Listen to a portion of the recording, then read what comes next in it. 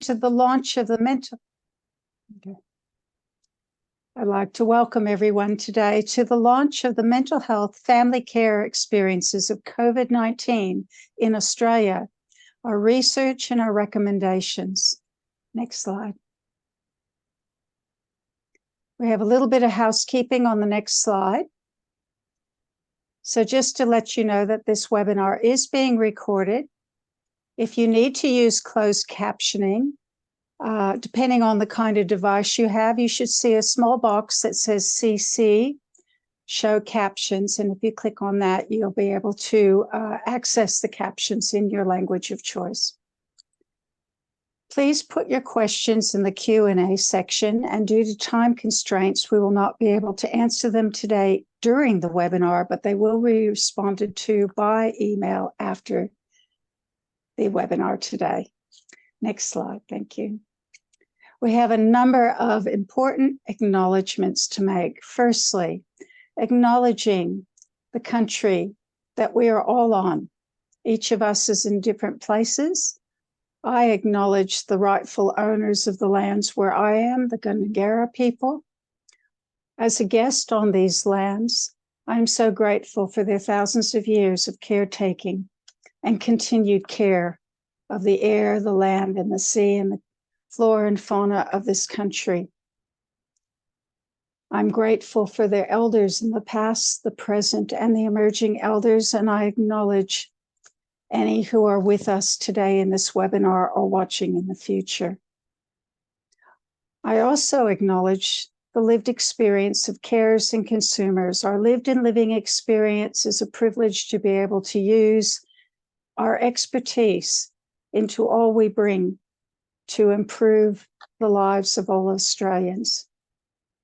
And I want to acknowledge our guest speaker to launch our research report from the Australian Federal Parliament, the Honourable Emma McBride MP. Our research funders, we gratefully acknowledge the Australian Government National Mental Health Commission for funding this research. I also acknowledge our wonderful research partners at Monash University, who will be speaking with us in a few moments. The many stakeholders who are part of the National Mental Health Consumer Care Forum. Could we go on to the next couple slides? Thank you.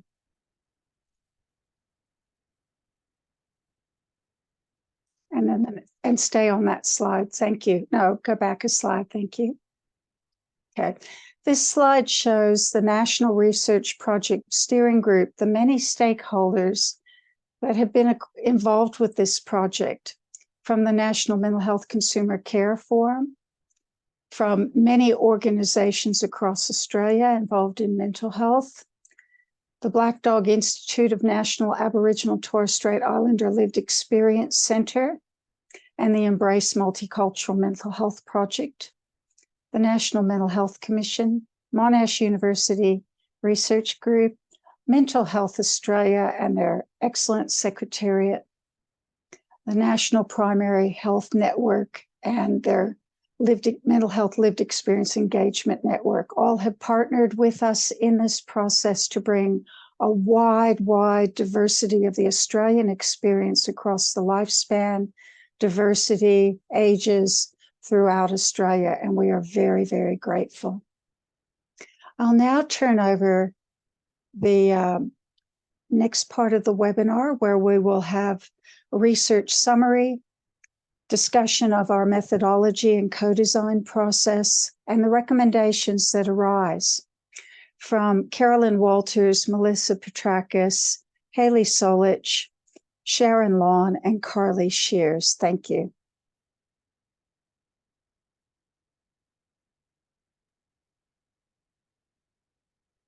I'm just wondering if Hayley has arrived as yet. If not, if she hasn't, we'll just go ahead. Yeah. Perhaps if we could move on to slides, and I'll discuss the process, and then when Hayley arrives, she can do her part. And the next one. Lovely. Thank you. Sorry, go back one slide. Thank you very much. So I just want to go through a snapshot of the co-production process. So the project steering group formed in December 2021. Oh, sorry, I should probably introduce myself. I'm Caroline Walters. I'm one of the two people from Switch Research Group at Monash University. The project steering group formed in December 2021 to decide on the research purpose, refine the question, and think about ways of working together. The final report was presented on the 31st of August 2022. The strength of this project lies in the representation within the project steering group and the willingness of members to actively participate and remain engaged. The project steering group and Switch Research Group from Monash University met monthly for 2 hours. Each person of the project steering group brought their perspectives and expertise, and using a co-design and co-production methodology, Melissa and I, as university partners, provided research technical skills and knowledge of the process to advise, answer questions, and guide the process. The co-production process included, in the beginning, the project began with a literature review, and we concurrently gained ethics approval. There was a national online survey, which was co-designed with the project steering group, which was opened in May 2022 for 6 weeks. There were national co-facilitated focus groups across the majority of states, and a multicultural group occurred in April to May 2022. All the findings were reviewed and discussed by the project steering group, and together recommendations and a report were formulated, written and submitted to the National Mental Health Commission in August 2022. Can we have the next slide, please? So who did we hear from? There were 7 focus groups, including the Embrace Multicultural Mental Health Project, which had 73 participants. The majority, 53, were female. Ages range from 21 to 80 years. In the survey, there were 101 completed surveys. Similarly, the majority were female, that was 88. The ages, once again, range from 18 to 80 years. 37 people identified as having their own experiences of mental health challenges. 70 people lived in metropolitan areas, 26 regional, and 4 rural. Can we have the next slide, please? So what did we find? Mental health service closures, changes, and restrictions resulted in mental health consumers experiencing feelings of abandonment, increased psychological distress, and growing need for support. Family carers provided more hours and more complex support during the pandemic, many without the assistance of financial, practical, social, or emotional resources. Family carers reported a 65% increase in the hours of care provided. So the average before the pandemic was 26 hours. This became 40 hours during the pandemic. There was greater complexity of care, including more than 50% supported more than one person. Most carers lived with the person they supported and provided daily and high-level needs, often to people in different life stages. 74 participants reported they provided support within their own homes. For 40 of these participants, this was a change that occurred during the pandemic. Family were holding people with greater levels of distress, both within their home, but also across distance, including across state borders. The change in the way care was provided meant increased demands in both the hours, but also in the way, with greater emotional and practical support being required. People spoke of hypervigilance, needing to be on alert for 24 hours a day. The additional stresses resulting from reduced availability of services and support during the pandemic resulted in family carers feeling isolated, overwhelmed, distressed, financially vulnerable, fearful, and in some cases experiencing thoughts of suicide. Family carers reported highly adverse impacts to their physical and mental well-being, to their employment, their education, and being able to be part of or receive support from a community. The report released today speaks to the experiences during COVID-19. However, these were also reported as experiences that occurred before the pandemic and are ongoing. What I'd like to do now is hand back to Hayley, and if we can go back to Hayley's slides, Hayley will discuss how the project came about. Thank you, Hayley. Hi, everybody, and I do apologise. I'm on Wajak Noongar Budja here in Perth, and I've just come out of an NDIS review panel, so apologies for being late. So in terms of how the project came to be, we were approached by the National Mental Health Commission to see if there was a project that looked at some special cohorts within the experience of COVID. And so we settled on carers as being a group that we wanted to know about. We knew carers were distressed. We'd heard a lot about that distress. And so we wanted to see, we were curious to know more about that. And given that there was little research that had been done around carers, that was sort of agreed by the forum members that would be a good project that we could do. And so we applied like everybody else and were successful in obtaining the funding. And so for us, I think my slides prior to this, Wendy, it's a couple back, if you're able to put that up. Okay, thank you. So it's a bit further back. So yeah, sorry. Anyway, I'll just keep talking. So the benefits of us being able to do this project were immense. It meant that we were able to look at what was happening with carer distress and to be able to plot that through the period of the pandemic. And part of that process was to go out to our already established relationships. We have members on the forum that are from each of the states. And so we were able to look across our wide network, which you can see in the map there on the screen, that's all of the areas that are represented on the forum, and go out to that and to find people who are out in the communities that were willing to come and do focus groups with us to talk of their experiences. To me, it was vital that we heard from people what was happening for them, because you can see it at the top level and, you know, we get information fed up, but we want to know what's happening at the grassroots level, because that's what should inform our systems. And so I want to acknowledge all of the people that came forward and filled out our surveys and participated in focus groups.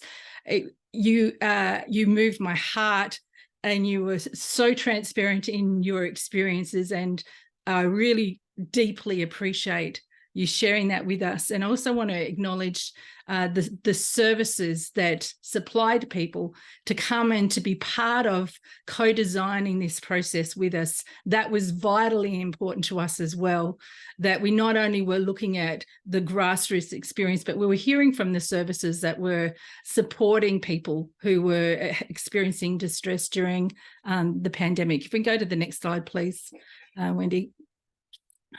So this collaboration built on our existing relationships. So once we were funded, we wanted to find a team we could work with that understood co-design and also understood the carer space. And many of us had heard Melissa Petrakis deliver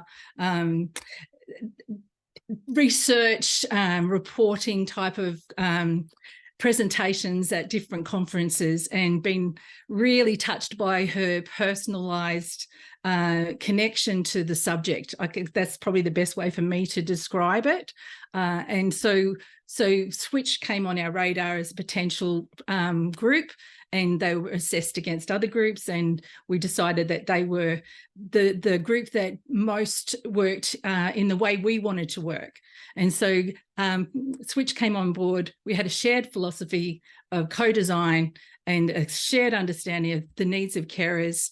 And then we went out and we got our other service and stakeholders to come and be part of the process. And that involved the National Mental Health Commission, and our research team and organisation leads across the care organisations in each of the states and other organisations that had a vested interest.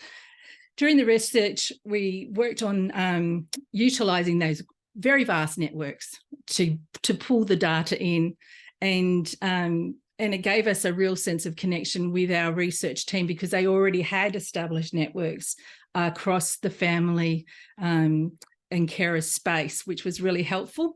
We also made sure that we respected the lived experience throughout this process. So our working group members received paid participation. People who participated in our focus groups received a payment for their participation to honour their lived experience. And finally, in ending our researching stage, we have this connection to one another, and that has created opportunities for us to have further engagement.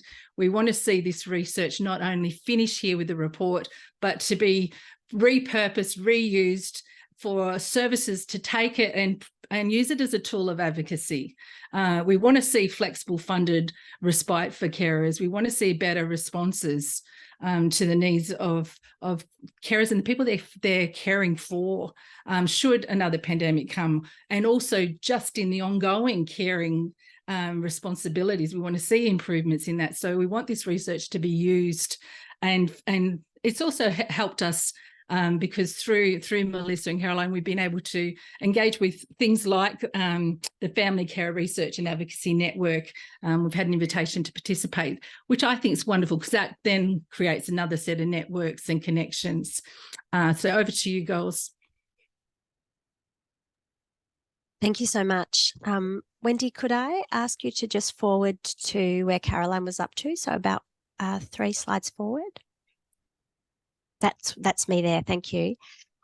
So my name's Melissa Petrakis. I'm an associate professor at Monash University, and I direct Switch Research Group. It was just such an honour and a privilege for Caroline and I to join this creative team in the project steering group at the National Mental Health Consumer Carer Forum. We've learnt so much from this process, and we just wanted to highlight here that it's really been a very deep experience for all of us in co-design and co-production. So that's included looking at literature and understanding what the international literature tells us. It's included developing a methodology together. It's included the actual questions. Every question has gone through considerable discussion, thinking about what we would gain and how to word things. There's just been such care taken, frankly, in designing focus groups and designing the survey. It was a much bigger survey than perhaps Caroline and I would have even thought of designing, and it's richer for it.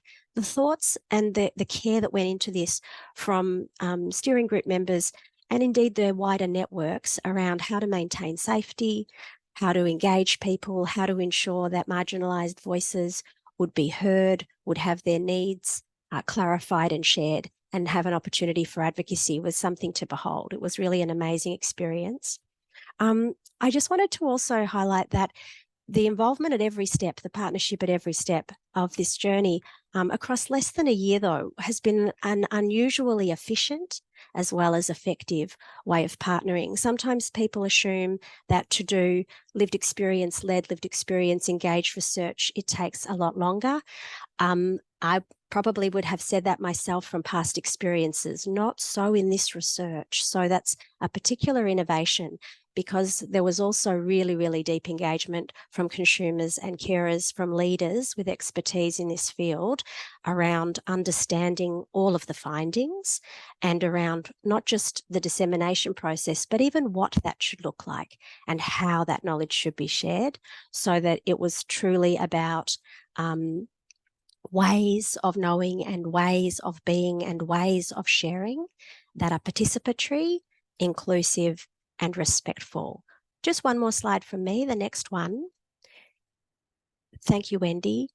It's just to show some of the work of dissemination that's already happened while we've been waiting with excitement for today, for the actual launch of the full report. And those opportunities have been And we thank the Mental Health Services Conference Network for these opportunities too. This group was invited to participate and to have a really key role in last year's Family Carer Symposium, Family Carer Day, and was also selected to present in the main conference. So that's 2 of those presentations. That was extremely exciting. Hayley Solich, who spoke just before me, was selected to present at the Western Australian Carers Conference last year. Again, a wonderful opportunity, and we thank those organisers for seeing the value in this work even before the final report was launched. Caroline and I also had an opportunity to present at the International Society for Quality in Healthcare Conference, an international conference last year held in Brisbane. We thank those organisers for their active interest in this research too, and their invitations for the group to present in future conferences internationally. And then this year there was presentation again, just recently at the Mental Health Services Conference for Australia and New Zealand. From the literature review, a publication has already been accepted in the British Journal of Social Work, a Q1 journal. There's a publication that has been drafted around focus group findings and submitted for publication, and 2 future publications are already planned with this steering group, one around survey findings and another around the process itself, because in the last year this group has received so many queries from Australia and internationally about how to do this work and how to do it well in a carer and consumer-led way. Thank you so much. Next slide.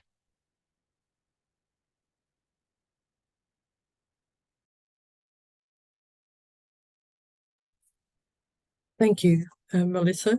My name's Sharon Lawn. I'm the Chair and Executive Director for Lived Experience Australia, but I'm also a lived experience researcher at Flinders University, a professor in the School of Public Health there. I had the great pleasure of being involved in this project along with many others, and it's my job today to go through the short-term recommendations, which Hayley has already flagged a little bit about some of those, and Melissa has indicated as well some of the work that we've done most recently at the THEMS conference. So the first, we've got 5 short-term recommendations that we thought were important to identify out of this work. The first of those is really that review of practices across inpatient and other clinical settings to really ensure the family inclusion and voice as core business, really. So that goes to not just the Australian government, but across the jurisdictions, the people who are leading mental health services in all of their reform in their practice. The second recommendation is a really interesting one around the idea of funding carer peer navigator roles. The second and the third recommendations both speak to this real need for real embedding of lived experience carer peers across our system. So recommendation 2 is actually around funding a carer peer navigator role as a common core feature of services across inpatient and community settings, providing information and support. The third one, again, is about lived experience carer peer type roles, the creation of support on call roles, particularly in regional, local mental health triage services to respond to crisis experienced by carers. So we know there are a lot of consumer and carer peers across many parts of the mental health system, but we need more. Basically, there are still many gaps in that. So support for those roles to really be embedded is what recommendation 2 and 3 are about. The fourth one, as already mentioned, is about that issue of needing respite. It's a very nuanced area of need for mental health carers because of the ongoing nature of mental health caring, rather than necessarily being an episodic process. So really some dedicated work around what that should look like, etc. The last recommendation, that's a short-term one, is around that issue of major disasters, current and into the future. And we know that it's not a case of if, but it's a case of when, is what we all understand. So it's time to actually not just respond generally, but for people who are in those processes and centres to actually ask and know, oh, if this person is a mental health carer, maybe there are some additional things that I need to consider as someone providing support in those centres. Okay, now I'll hand over to Carly Shears, who's going to talk about the long-term recommendations. Thanks, Carly. Thank you, Sharon. Hi, everyone. My name is Carly Shears. I'm a member of the National Mental Health Consumer and Carer Forum and brought a consumer perspective to this work. So the long-term recommendations, I'm going to invite Sharon to jump in and elaborate. So I'll leave a little bit of space after each recommendation. So the first one was to fund diverse modalities of consultations and therapeutic interventions to enable mental health consumer and carer choice, inclusive of but not defaulting to telehealth. I think number 2 was really important, to recognise the risk inherent in providing long-term and acute mental health care on carers and establish domestic violence services tailored and responsive to family members experiencing acute and/or cumulative risk and violence. Sharon, would you like to elaborate on that one? Yeah, I think, I think it speaks to that nuance that families are complicated, complex relationships sometimes. And so understanding that it's the case, and how you need to tailor and really be sensitive to the needs of families, I think, would be my comment there, around safety, around a whole range of things for families. Thanks, Carly. Thank you, Sharon. The third recommendation is to recognise the impact of providing long-term and acute mental health care on the psychosocial wellbeing of carers and establish suicide prevention services responsive to family members experiencing acute and/or cumulative stress and distress. So again, Carly's asked me to talk to this one in particular.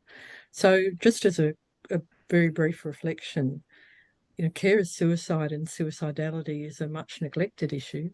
We're often perceived as stoic and ever present for the tasks that we perform for our loved ones.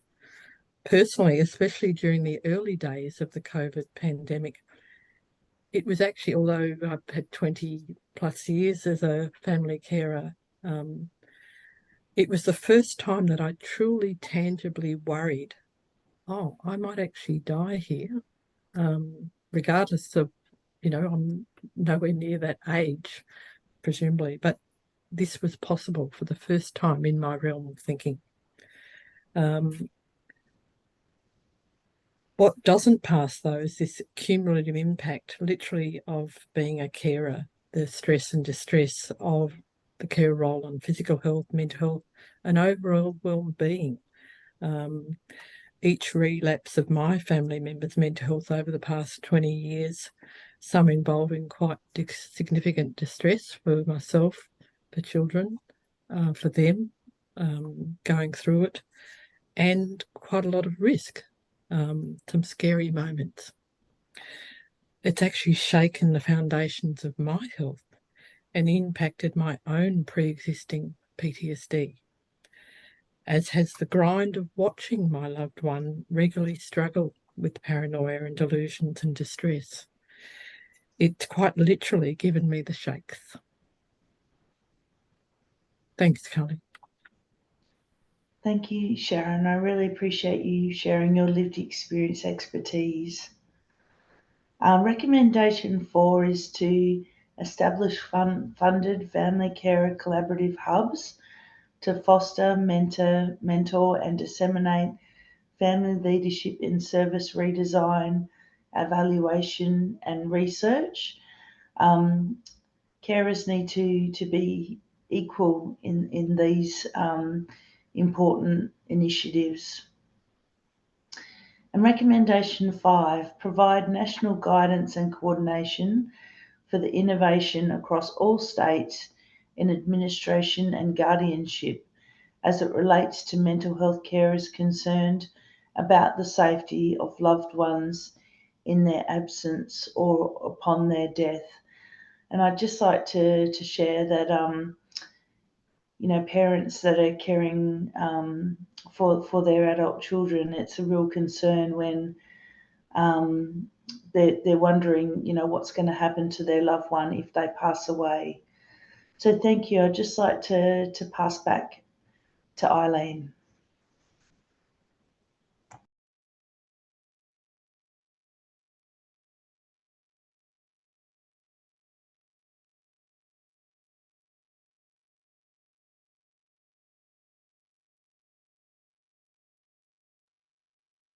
Thank you. I just had to unmute myself. Thank you, all of you, for taking the time to put your presentations together and speak to it from your personal experience, as well as the information that came from the many carers and consumers who were interviewed across Australia and responded in focus groups and in the survey and in our project steering group. It's not easy stuff, and particularly Sharon, thank you. We appreciate your personal insights. And I want to turn this over now to a video montage and thank Hayley very much for the time she's taken to blend Australian carers sharing, as well as their voices, as well as using footage that is more generic footage. They're done by actors rather than people.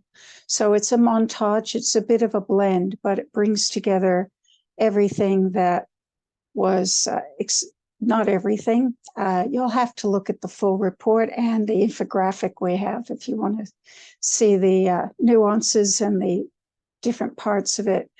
But as the chair of this research project, it's been truly humbling. And it's been also validating, shall I say, to realize that my experience wasn't unique, it wasn't isolated, and very sadly, our experiences across Australia for many, many hundreds of thousands of families of all age groups in the family of all cultures. So please watch this montage and then we will turn it over for the official launch. Thank you.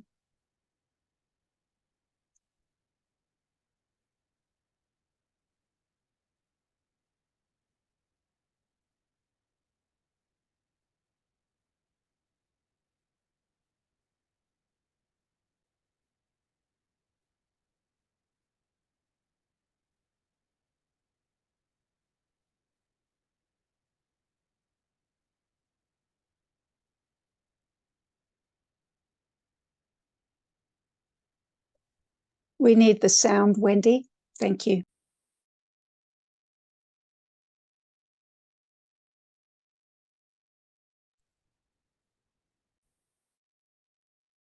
There were many victims from the mandates and restrictions during that time.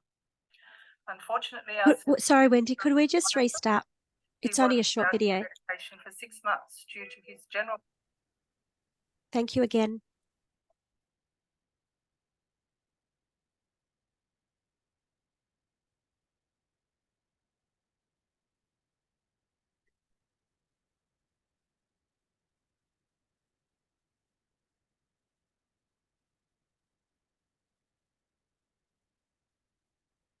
It is encouraging to see the breadth and depth of the Mental Health Carers COVID-19 report, which outlines the experiences of a wide group of carers during the pandemic. I hope this report translates into action. The COVID lockdown had a brutal effect on vulnerable people and their carers. There were many victims from the mandates and restrictions during that time. Unfortunately, our schizophrenic son was one of them. He was without his medication for 6 months due to his general practitioner closing her surgery in favour of telehealth consultations. This resulted in him committing an indictable offence. He is now in prison. We believe this could have been prevented had his GP had a system or process in place to look after her mental health patients. The policies, lack of ownership and accountability during and after this shameful time in Australia's history is appalling. To this day, there still appears to be very little, if any, consequences for those actions. We should never forget and certainly never repeat this scenario ever again. Being told, "So sorry, your son fell through the COVID crack," is not acceptable. Some people paid a very high price. Now the services are coming back and face-to-face is coming back. He doesn't want to leave the house. He doesn't want people to come over into the house. So it's still me doing the whole lot, 24/7. One really good thing that I would like to see in the future is for somebody to take a personal interest in our sons. Because when we got the NDIS, we felt, oh, hooray, everything will be fine. It'll all be just taken care of. But it's not quite like that. It does require somebody who really cares overseeing what is going on. Because people with depression and anxiety, apathy and paranoia, they really need somebody from outside helping them along. I'm unable to talk at the moment, as my 16-year-old daughter is close by. But the isolation has created suicidal ideology for her that I deal with every day. And I find it difficult to get her through every day and find services that will help.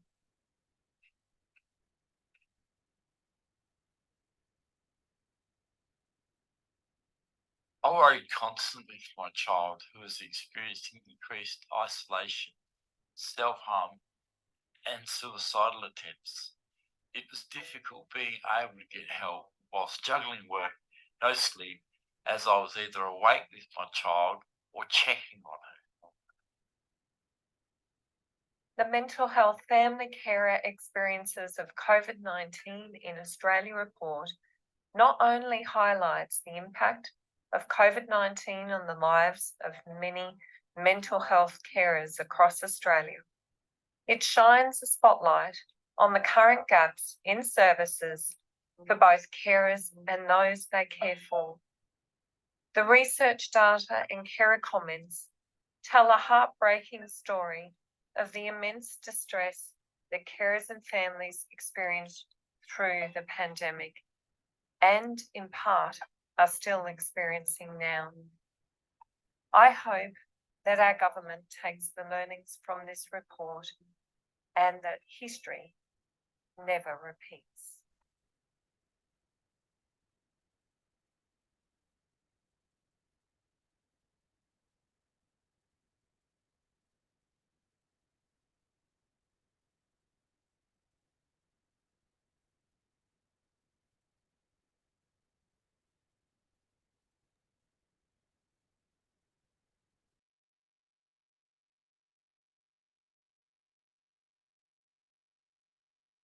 So I invite you to please take a moment and breathe. And now, as we embark on a panel discussion, why does this research matter now? Why this research matters? We invite on the screen Tony Stevenson, the Chief Executive Officer of Mental Illness Fellowship of Australia, Linda Watts, a system design specialist, lived experience lead for the Primary Health Network in Eastern Melbourne, and Nevena Simic, consumer representative from the Embrace Multicultural Mental Health Project. So thank you, all of you, for being on our panel today. And the question we're going to discuss is, why does this research matter now? The pandemic is being treated now like the flu. The restrictions have been, by and large, not the thing. Even mask wearing is not enforced now in most medical places. So why does it matter now? And I know I've heard just in this launch today from several who have spoken that the ongoing stresses on family carers, and especially family mental health carers. So we have both the scenarios of the ongoing process of just being there in the life of your family and being supportive of individual, and many of us care for more than one person, their recovery processes. As family carers, we have our own recovery processes that we need to embark on, our own well-being, as has been highlighted, our own physical health needs. And of course, Australia will continue to face many kinds of physical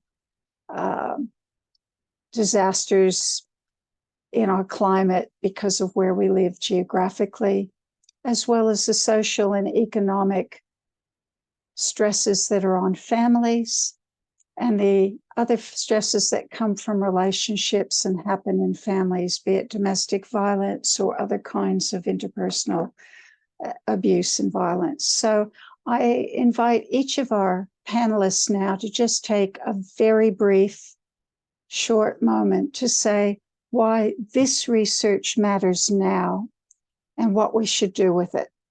Thank you. Tony, would you like to speak first? Yes, thank you very much, Eileen, and thank you for the opportunity to have been a part of this research study.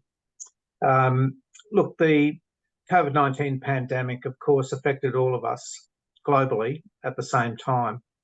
It was an enormous disruption, and as the study reveals, carers were spending 26 hours a week on average caring for their family member prior to the pandemic, and that increased to 40 hours during the pandemic. That's a 50% increase through that disruption.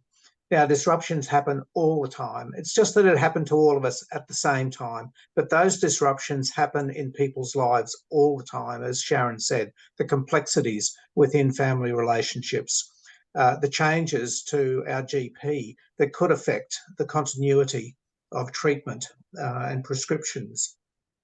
So carers are there stepping up and stepping in all the time.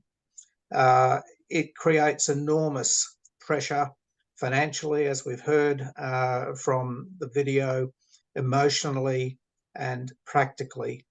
So we need to have these supports and safeguards in place all the time to respond to the disruption that's happening, because regardless of what any other part of the system is doing, carers are the ones that step in and provide the glue and the stability to mitigate the risks and to take up the vacuum that's created through those disruptions. So we wholeheartedly support all of the recommendations and want to acknowledge the enormous contribution that carers have made to the study. Thank you. Thank you, Tony. Linda, would you like to take 1 minute to address this question? Why does this research matter now? Thank you, Eileen, and everyone. I started thinking about this relative just to a reflection for myself and why I was feeling personally stranded in my caring role during the pandemic, and why it was exacerbating all the pre-existing demands of the caring role, as the report noted.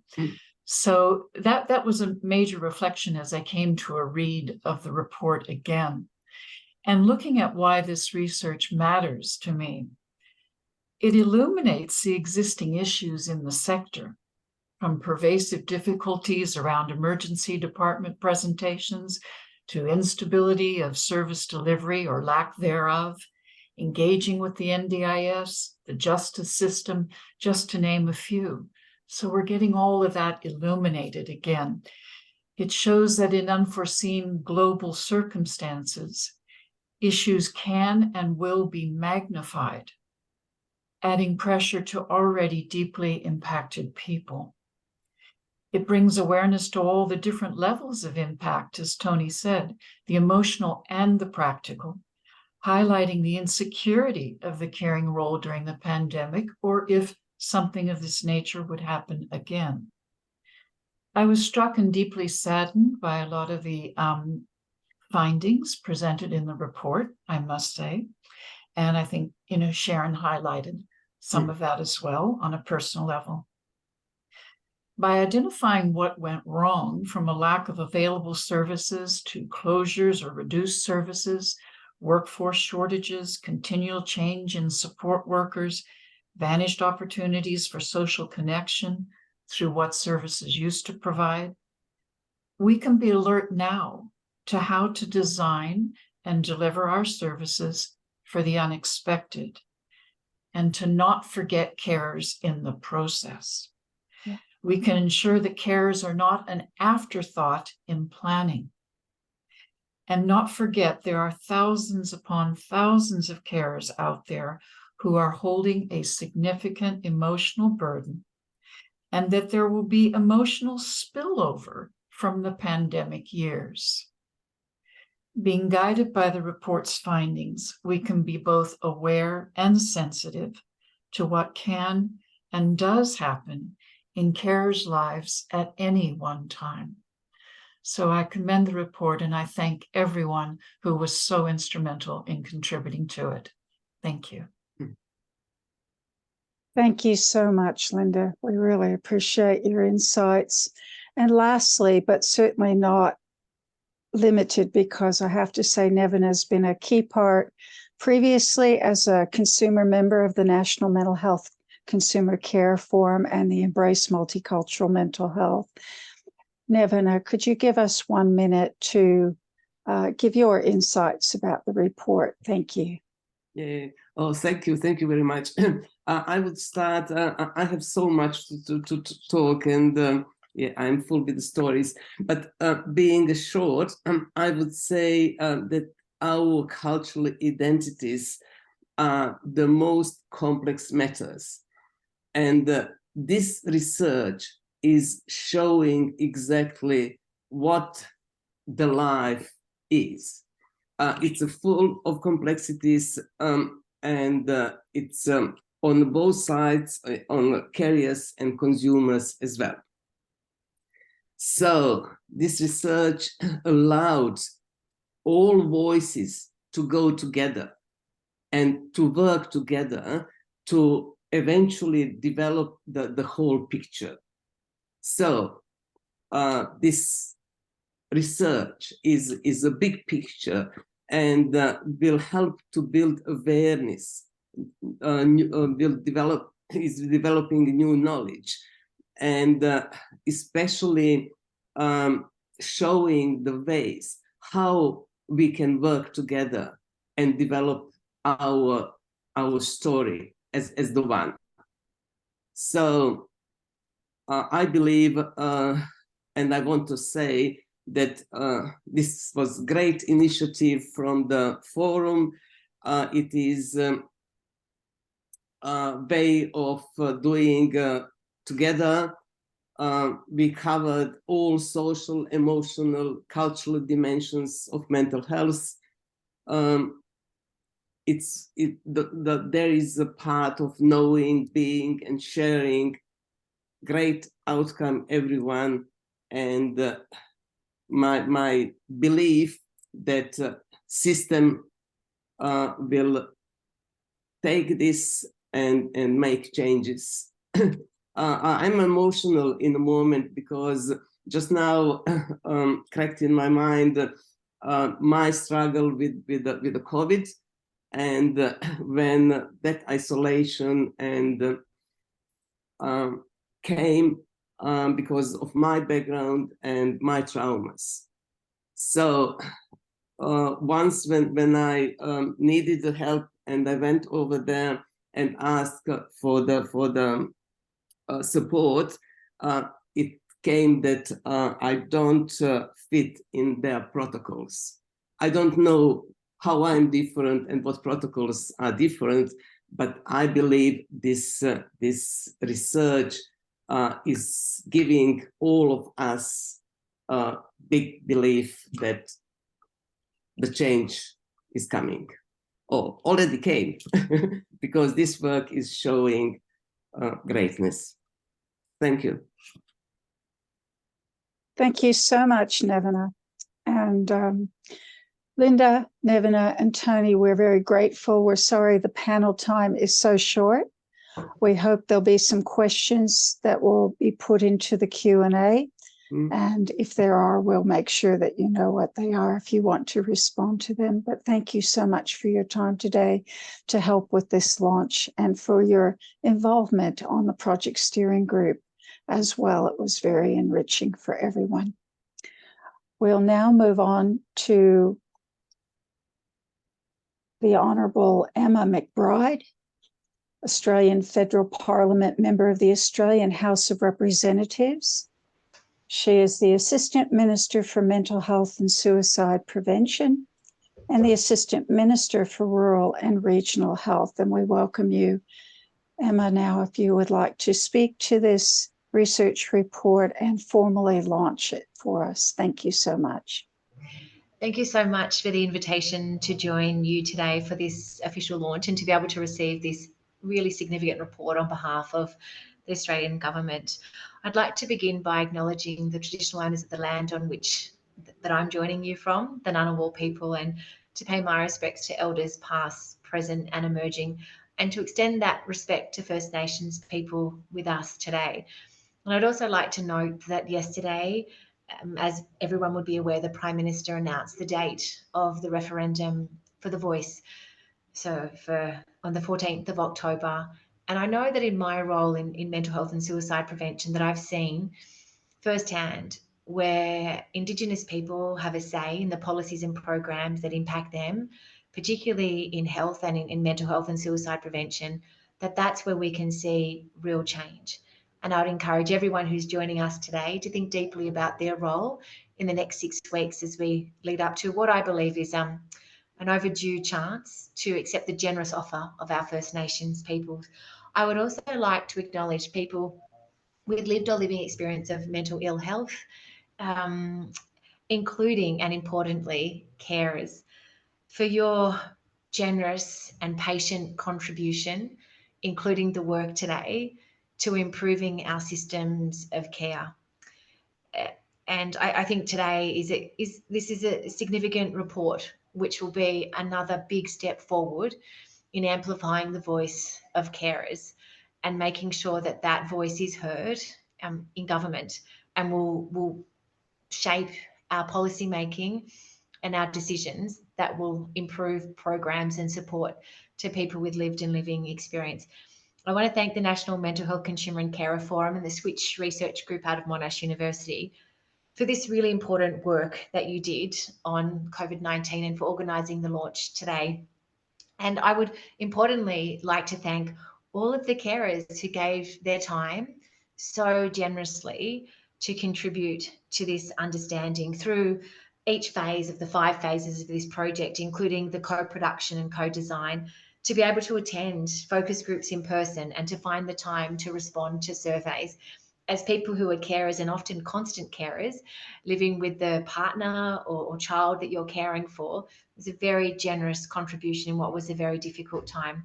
As has been reflected on earlier in terms of how the report came to be, early on in the pandemic, and I note the former government's attention to this, that the National Mental Health Pandemic Plan identified informal and unpaid carers, many of you, as a particularly vulnerable population in and of yourself in your caring role. And this research project was one of a number of projects funded to investigate the impact of COVID-19 on different vulnerable communities. And I just want to say again that for many of you, I suppose the pandemic really exposed the existing fault lines, the very known systemic and structural barriers and gaps that have meant that carers for too long have been often struggling and feeling isolated and unsupported. But what I think importantly is that it has, and I know report some remarks earlier that we're still, and carers in particular, are still working through this. That the long tail of the pandemic is one that has been particularly felt by carers. I would hope that through this experience and through this important body of work, that drawing attention to it, that for government, for not just the Commonwealth government, but the states and territories, local government, for service providers, for NGOs, that they will look closely at this report, reflect on it, and looking at the recommendations, the 5 sort of immediate ones and the 5 longer term ones, and reflect on how they might be able to work towards these in the work that they're doing day to day. And I think it's that we can't, or that I can't go on without acknowledging just the immense impact on people with caring responsibilities through COVID. That increasing feeling of distress, of isolation, of vulnerability, whether you were the parent carer of a child with a disability, whether you were the carer of a frail elderly parent who, you know, might otherwise have, or may have been in residential aged care, or may have been living with you. And particularly the focus of today's report, that if you were the carer of someone living with major mental ill health, as so many supports wound down or stopped, and almost exclusively that responsibility came to you as a constant carer. So I note the 10 recommendations, and I will take these away for consideration. And our government has taken a broader response to carers, and looking at that through things beyond health. Because I think that's many of the levers sit outside of health and the direct provision of health or social services. And I think that this report also shines a light on that. So I will take this report away and talk to those key colleagues of mine who have responsibility beyond health. Because one of the particular kind of points that really struck me was, we know the financial vulnerability of carers, and we know that that has only been further exacerbated through COVID-19 and beyond. And to really make sure that someone who has those caring responsibilities, be that for a time in their life or for the whole of their life, that they're properly supported. And only yesterday I was talking to former Senator Amanda Vanstone, who may be known to some of you, and she previously was a minister who had responsibility, including in part of this area. And what she wanted me to talk to you about today was particularly young carers, those particularly, you know, younger young adults and sometimes children who are in their household, person who's making financial decisions, who are making decisions about healthcare and how to access services or what services to access. And the one thing she said to me was, she said, we must do better. And as we must do better for young carers, we must do better for all carers. And it will take a whole of government approach, making sure that carers have much more financial security, making sure that carers are supported through their working life, which is often interrupted or disrupted by their caring responsibilities, the impact that it has on their learning, and you know, and then the employment opportunities. And as we saw, and Tony Stevenson mentioned it earlier, but to see that before the pandemic, estimated, I think this is an underestimate, but that carers spent 26 hours, you know, a week on average pre-pandemic, and that shot up to 40 hours per week during the pandemic. That's effectively constant care. That's someone day to day having that almost sole responsibility for another person. And it's no surprise that people then felt much more isolated and an increase in distress. And it's something that I think we need to, this is an important lesson that we need to learn from the pandemic, and one that we need to take forward with us as we think about policies and programs, working alongside carers and in strong partnership with them. And I'll just finish now by my big takeaway from this report is that we need an ongoing and structured way to hear from carers across the diversity of carers and the intersectionality of their experiences. And as many of you would know, in January this year, the government announced the establishment of 2 peak bodies for those with lived experience, for people living with mental ill health and for carers, kin, family. And I think it's important that and this came from the sector, that they're 2 separate but related peak bodies. And just recently, we've appointed the Australian Centre for Social Innovation to work with the mental health sector and people with lived experience to co-design and co-produce these peaks. I would encourage those of you who haven't already to please actively participate in this process. And I understand that for many of you, this was a body of work that not just started a decade ago, but started decades ago. So I really appreciate your patience and your perseverance in so generously continuing to work towards this. The co-design process, as I mentioned, is now open and it'll run until October. And I encourage people who haven't yet to visit the TAXI website to be able to have your say, because our intention is to make sure that this is genuine co-design, co-production across all phases, so that what we have, and I'm hopeful that will be ready early next year, will be 2 peak bodies that genuinely work to amplify the voices of those with living experience, to make sure that you're at the centre of decision making and leadership, and to make sure that your voices are genuinely heard and contribute to shaping much better policy and the programs and the initiatives that come from that for people all around Australia. So on behalf of the Australian Government, thank you to the Switch Research Group out of Monash University. Thank you to the National Mental Health Consumer and Carer Forum. Thank you to all of the carers. I think there's close to 200 of you who actively participated in this process to so generously and honestly give your insights and your perspective towards this report, which I will make sure is given the proper attention of government. So thank you so much for your time today, and congratulations on this seminal piece of work. Thank you so much, Minister McBride, for your time and your words. That's why we focused on families. It's not about an individual, it's about families. So the youngest to the oldest, and our government recognizes young carers as from age 8 to 25. But it's across the lifespan, and it impacts the whole of a family experience, whether it's family of choice, whether it's your neighbor, whatever the supportive relationship is. So thank you so much, and we look forward to actions that will arise from our recommendations and engaging with you again.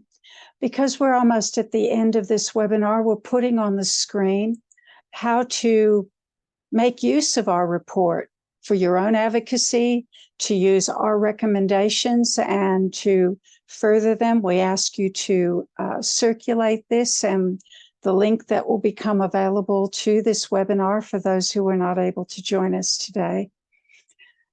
And to really make use of this so that it's not just another report that's shelved somewhere. Let's honor the experiences of Australians, consumers and carers. Let's really make the actions that it's not just about shining a light. We're still vulnerable, all of us. The barriers and gaps are there. If anything, they've been magnified. So we look forward to more action. Could we have the next slide? Thank you. So thank you. Here's the links to the full report, the infographic, and this will be the link to also find this presentation today, and you can watch for further publications from our research and advocacy. I want to thank everyone who's been involved today.